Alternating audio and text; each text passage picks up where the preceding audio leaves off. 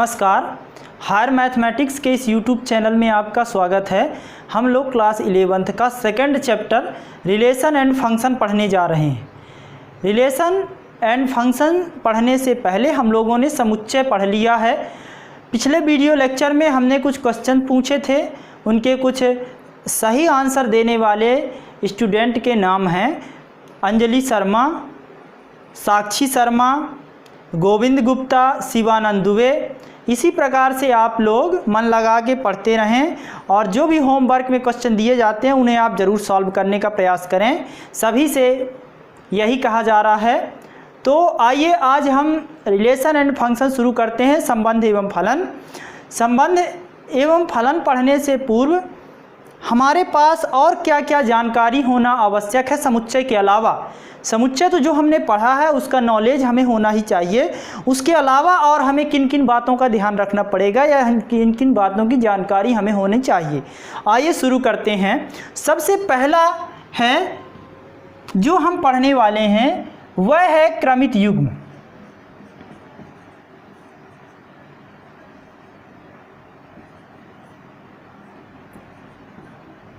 क्रमित युग्म, क्रमित युग्म ordered pair. तो क्रमित युग्म पढ़ने से पहले रिलेशन और फंक्शन संबंध एवं फलन के बारे में कुछ सामान्य जानकारी जो हमारे वास्तविक जीवन में संबंध एवं फलन है। जैसे भाई और बहन के बीच में संबंध है, पिता और पुत्र के बीच में संबंध है, शिक्षक और विद्यार्थी के बीच में संबंध है। ठीक इसी प्रकार संख्याओं के बीच में भी संबंध होता है। मान लीजिए दो संख्याएं x और y हैं। यदि x y से बड़ी संख्या है तो इसमें जो संबंध हुआ, ये जो संबंध है यह बड़े का है। मान लीजिए समुच्चय A समुच्चय B का उप समुच्चय है, तो समुच्चय A तथा B में जो संबंध है वह उप समुच्चय का हुआ।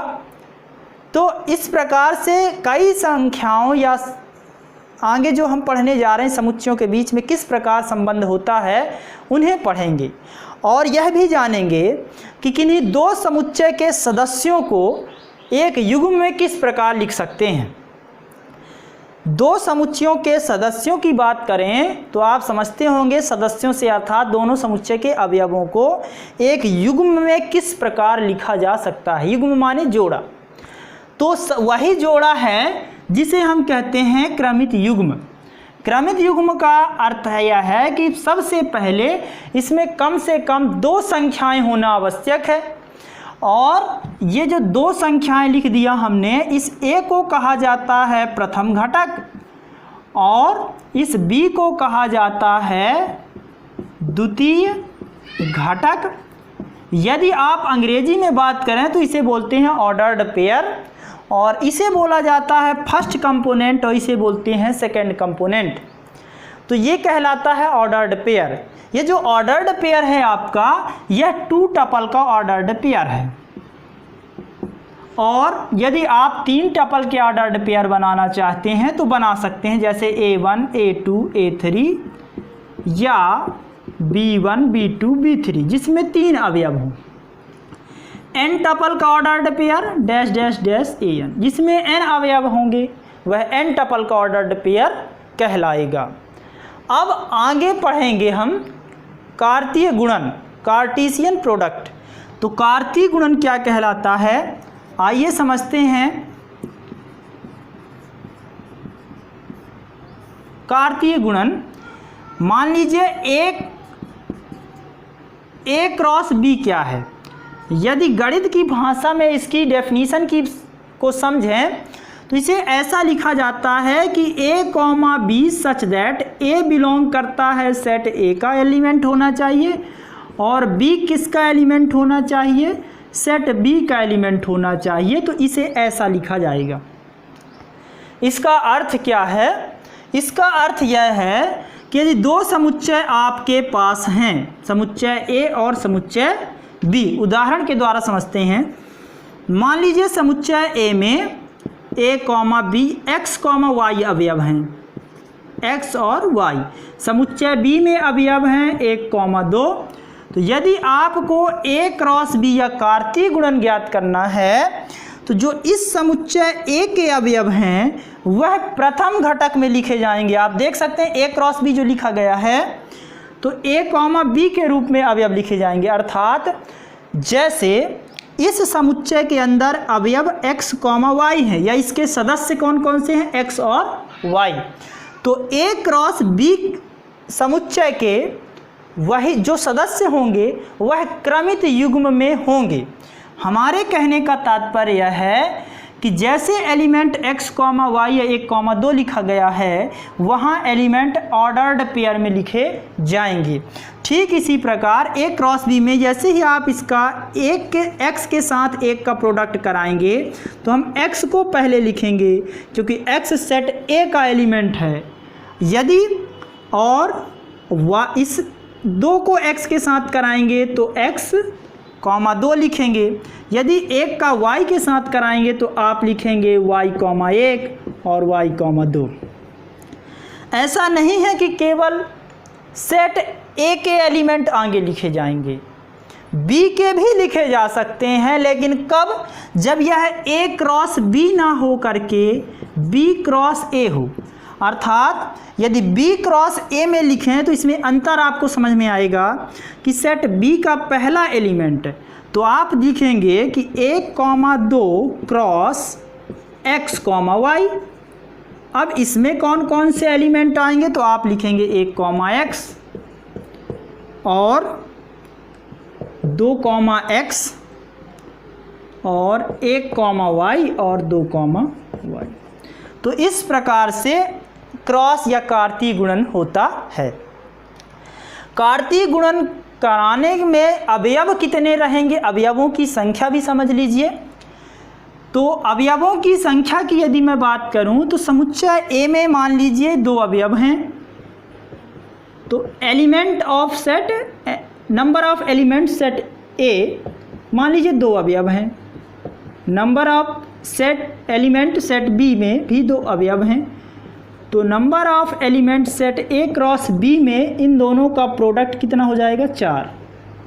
तो 4 अवयव होंगे। तो अब आप समझ गए होंगे कार्तीय गुणन क्या कहलाता है और क्रमित युग्म क्या कहलाता है। कार्तीय गुणन अर्थात कार्टीसियन प्रोडक्ट और क्रमित युग्म अर्थात ऑर्डर्ड पेयर। इनको जानने के बाद हम संबंध की परिभाषा पढ़ेंगे, लेकिन उसको पढ़ने से पहले कुछ इम्पॉर्टेंट रिजल्ट हैं, उन्हें आप ज़रूर लिखें और नोट करें और हमेशा याद रखिए। तो उसके बाद फिर हम संबंध पढ़ेंगे।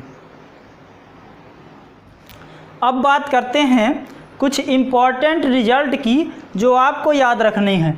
पहला रिजल्ट 2 क्रमित युग्म समान होते हैं यदि और केवल यदि उनके संगत घटक समान हों। अर्थात यह केवल एक ही ऐसी स्थिति हो सकती है जब 2 क्रमित युग्म ऑर्डर्ड पेयर समान हो सकते हैं। जैसे उदाहरण के लिए मैं आपसे ये कहूँ कि एक ऑर्डर्ड पेयर जिसमें a कॉमा b है यह बराबर x y के होगा। यदि ऐसा है तो ऐसा होगा कि x a के बराबर हो और y b के बराबर हो। ये दोनों यदि बराबर हो, x a के बराबर हो और b y के बराबर हो, तब इसे ऐसा लिखा जा सकता है। अर्थात इस ऑर्डर्ड पेयर का प्रथम घटक इस ऑर्डर्ड पेयर के प्रथम घटक के बराबर होना चाहिए और द्वितीय घटक द्वितीय घटक के बराबर होना चाहिए। दूसरा रिजल्ट क्या कहता है? यदि समुच्चय a में p अवयव हैं और समुच्चय b में q अवयव हैं तो उनके जो क्रॉस गुणनफल होगा उसका जो समुच्चय बनेगा उसमें p q अवयव होंगे। उदाहरण के लिए हमने बताया कि समुच्चय a में 2 अवयव हैं, समुच्चय b में 3 अवयव हैं, तो n a क्रॉस b बराबर 6 अवयव होंगे। तो 2 तिहाई 6 अवयव होंगे। दूसरा रिजल्ट याद रखेंगे। अगला रिजल्ट है यदि समुच्चय a तथा b में से कोई एक अपरिमित समुच्चय हो, लेकिन वो दो समुच्चय जो हैं अरिक्त होने चाहिए। ऐसा नहीं कि कोई एक रिक्त हो। दोनों आरिक्त समुच्चय हों और उनमें से कोई एक समुच्चय है अपरिमित हो। अपरिमित मतलब प्राकृत संख्याओं का समुच्चय हो, परिमेय संख्याओं का समुच्चय हो, पूर्णांक संख्याओं का समुच्चय हो, वास्तविक संख्याओं का समुच्चय हो, इस प्रकार से कोई भी एक समुच्चय हो तो जो उनका क्रॉस मल्टीप्लाई आएगा, चाहे भले समुच्चय में एक ही अवयव है या दो अवयव हैं या तीन अवयव हैं, जो क्रॉस मल्टीप्लाई कराएंगे या कार्तीय गुणन कराएंगे अपन कार्टीसियन प्रोडक्ट, उसमें वह भी अपरिमित समुच्चय अर्थात उसके जो अवयव होंगे वह भी अनंत होंगे या परिमित होंगे। अगला एक रिजल्ट है कि यदि समुच्चय ए बराबर फाई हो अथवा यदि ए बराबर फाई नहीं है तो किसके बराबर, बी बराबर फाई हो, तो ए क्रॉस बी बराबर भी फाई होगा। समुच्चय ए में फाई है, समुच्चय ए में कोई भी अवयव नहीं है, समुच्चय बी में कोई अवयव नहीं है, तो ए क्रॉस बी बराबर फाई आएगा।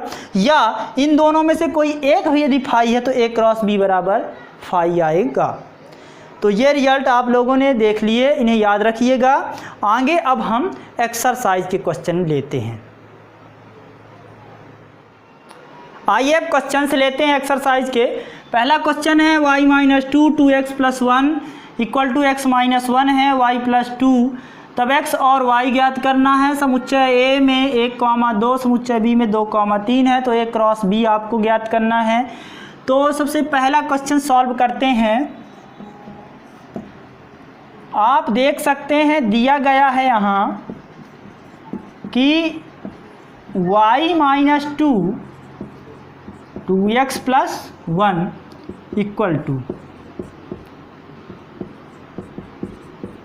y plus 2। चूँकि दो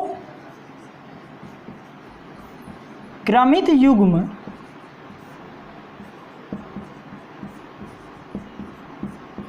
बराबर होते हैं इफ एंड ओनली इफ, यदि और केवल यदि, यदि और केवल यदि उनके संगत घटक बराबर हों। तो संगत घटक देखिए आप, बराबर करना है अपन को, अर्थात ये बराबर हैं इसलिए इनके क्या होंगे, संगत घटक बराबर होंगे। तो y minus 2 equal to x minus 1 और 2x plus 1 equal to y plus 2। तो आप इसे लिख सकते हैं, इस y का पक्षांतर करेंगे तो x माइनस वाई, इस माइनस वाई को इस साइड लाएंगे तो -1 समीकरण 1, और इसे लिखेंगे 2x minus y equal to 1 समीकरण 2। इन दोनों समीकरणों को लेकर के हल करेंगे।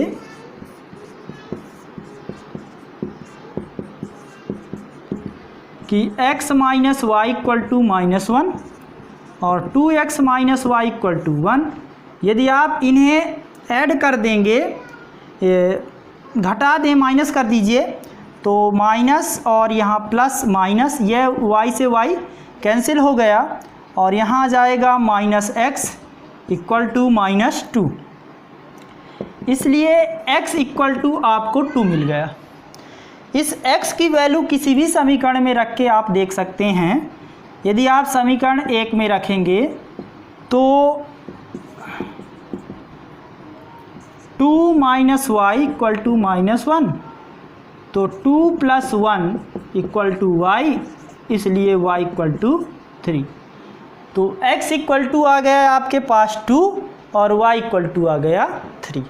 तो इसे आप नोट कीजिए। इसके बाद अगला क्वेश्चन देखें। अगला क्वेश्चन है a इक्वल टू और b इक्वल टू है, यदि a क्रॉस b आप ज्ञात करें तो 1,2 क्रॉस 2,3। इसे कैसा लिखेंगे, पहले समुच्चय का पहला घटक और दूसरे समुच्चय का पहला घटक, फिर क्या आ जाएगा, देखिए पहला अवयव, आप इसके तो पहले घटक में लिखे जाएंगे। अब 3 का लिखेंगे तो 1, 3, 2 और 2 के साथ कराएंगे तो 2,2 और 2 के साथ कराएंगे तो 3। एक बार और समझेंगे। इस समुच्चय के अवयव प्रथम घटक में लिखे जाएंगे और इस समुच्चय के अवयव द्वितीय घटक में। 1 का 2 के साथ प्रोडक्ट कराए तो 1,2, 1 का 3 के साथ प्रोडक्ट कराए तो 1,3, 2 का 2 के साथ प्रोडक्ट कराए 2,2 और 2 का 3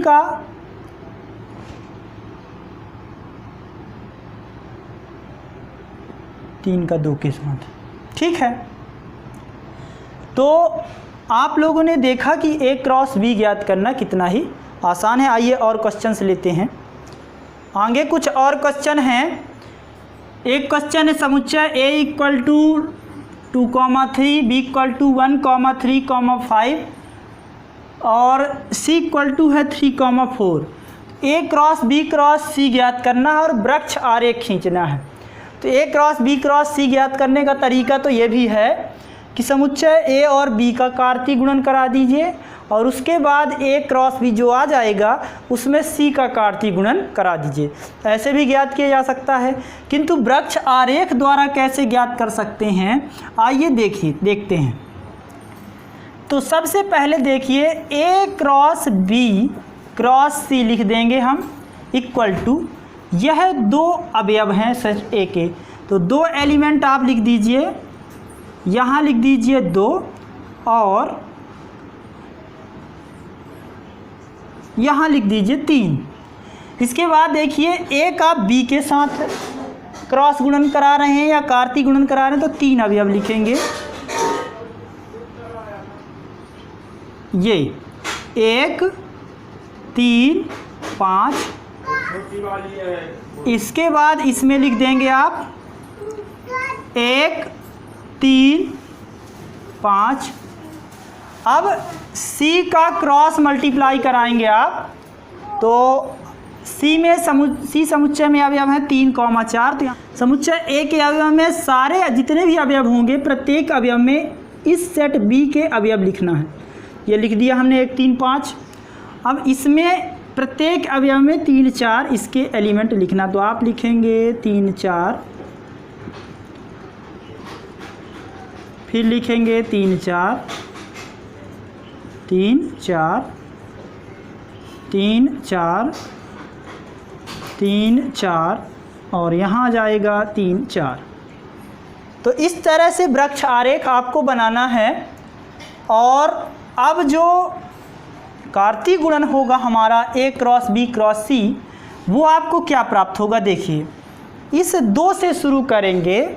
सबसे पहले हम लिखेंगे 2, इसके बाद लिखेंगे 1, 1 के बाद लिखेंगे 3, फिर लिखेंगे 2, फिर लिखेंगे 1 और 1 के बाद लिखेंगे 4। इसके बाद इस 2 का मल्टीप्लाई होगा, फिर लिखेंगे 3 और फिर लिखेंगे 3, फिर लिखेंगे 2, फिर लिखेंगे 3 और फिर लिखेंगे 4। समझ पा रहे हैं? पहले क्या लिखेंगे 2, 2 के बाद हमने लिखा 2 के आगे पहले किसका मल्टीप्लाई हो रहा था 1 का, 1 में किसका मल्टीप्लाई हो रहा सबसे पहले 3 और 4, तो पहले 3 का लिखा हमने फिर 4 का। ये क्लियर हो गया। इसके बाद अब 2 के बाद आ जाएगा 3, 3 का 3 में और 3 का 4 में, ये लिख दिया हमने। अब 2 का किस में हो रहा है 5 में, तो 2, 5, 3 और 2, 5, 4। अब 2 का हो गया, अब 3 से देखिए 3 का 1 में हुआ तो 3, 1, 3 और 3, 1, 4। इसके बाद 3, 3, 3 और 3, 3, 4। इसके बाद 3, 5, 3 और 3, 5, 4। तो अब आप ये देखिए कि सेट ए में कितने एलिमेंट थे 2, सेट बी में कितने हैं 3, तो 3 और इसमें मल्टीप्लाई किए तो हमें कितने एलिमेंट मिल गए 6। और सभी ए क्रॉस बी में सी का कार्तीय गुणन हमने कराया तो 2 का 3 में मल्टीप्लाई करिए, 3 का 2 में, तो आ जाएगा आपके पास 12। क्या 12 अवयव हैं ये? आप चेक कीजिए, 1 2 3 4 5 6 7 8 9 10 11 12।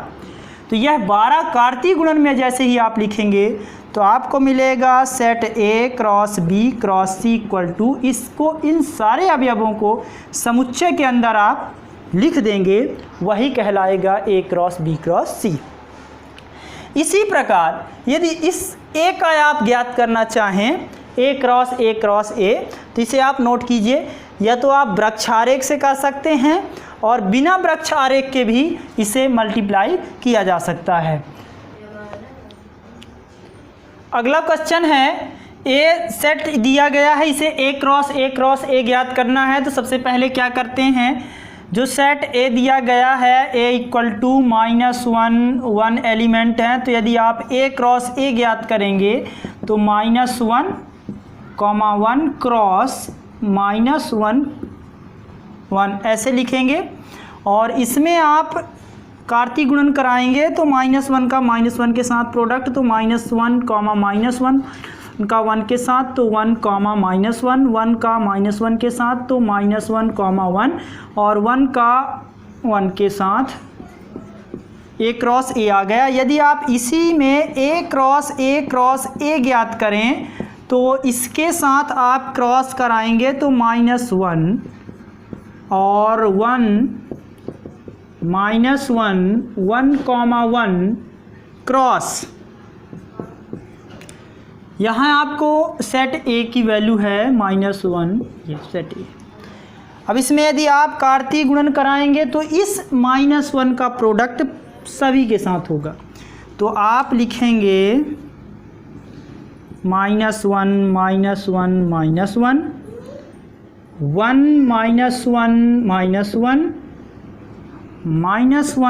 -1, -1 और 1, 1 अब इस 1 का होगा सभी के साथ, तो -1, -1, 1, 1, -1, 1, 1 और 1, 1। तो आप देख सकते हैं ए क्रॉस ए, इसमें कितने एलिमेंट आ गए हैं। तो सेट ए में यदि 2 एलिमेंट थे, ए क्रॉस ए हमने कराया तो उसमें 4 एलिमेंट आ गए। उसके बाद फिर ए क्रॉस ए कराया तो 4 दूनी 8 अवयव होने चाहिए। तो आप देख सकते हैं कितने अवयव हैं, 1 2 3 4 5 6 7 8।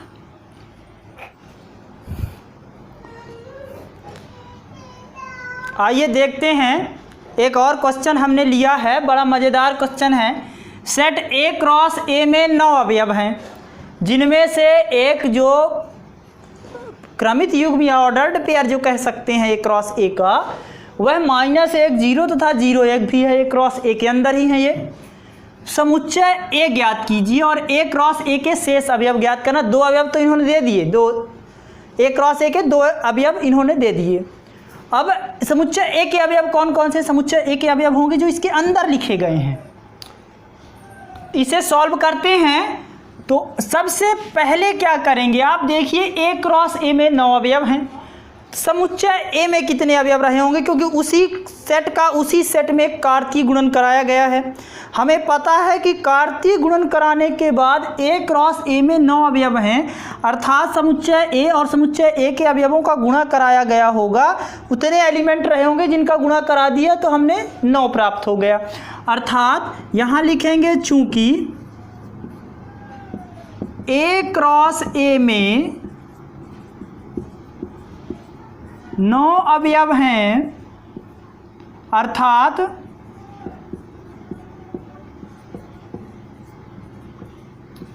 समुच्चय ए में 3 अवयव होंगे। क्योंकि यदि अलग अलग समुच्चय होते तब तो हमारे पास बहुत सारी संभावनाएं हो जाती 9 लाने के लिए, लेकिन यहाँ पास एक ही समुच्चय है तो उसी समुच्चय का उसी अवयव उसी संख्या को उसी संख्या में गुणा कराया जाए कि 9 आ जाए। अर्थात इसमें 3 रहे होंगे, तीनों का 3 का हमने गुणा कराया तो कितना आ गया 9। समुच्चय ए में 3 अवयव होंगे। अब समुच्चय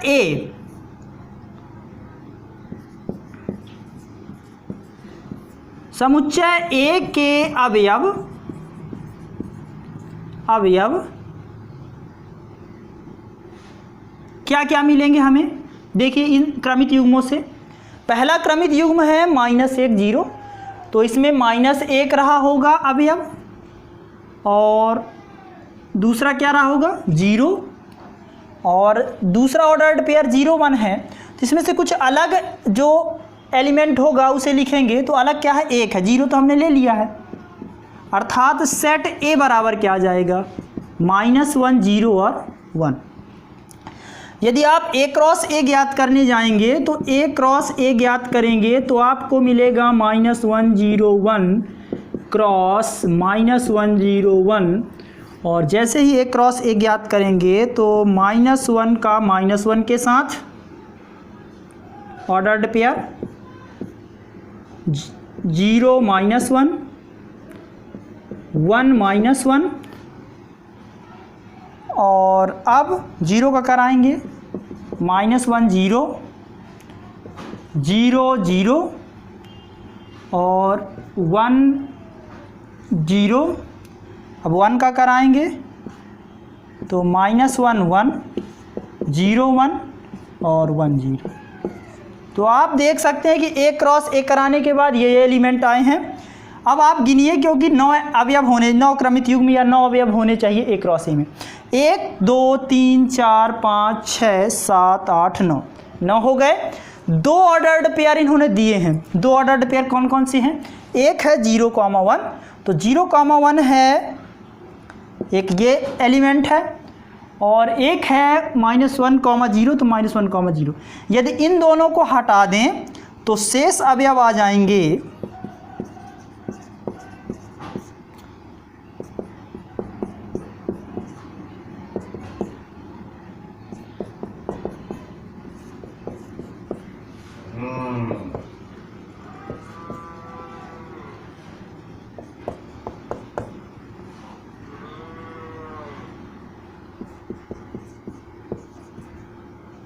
ये आंसर हो जाएगा।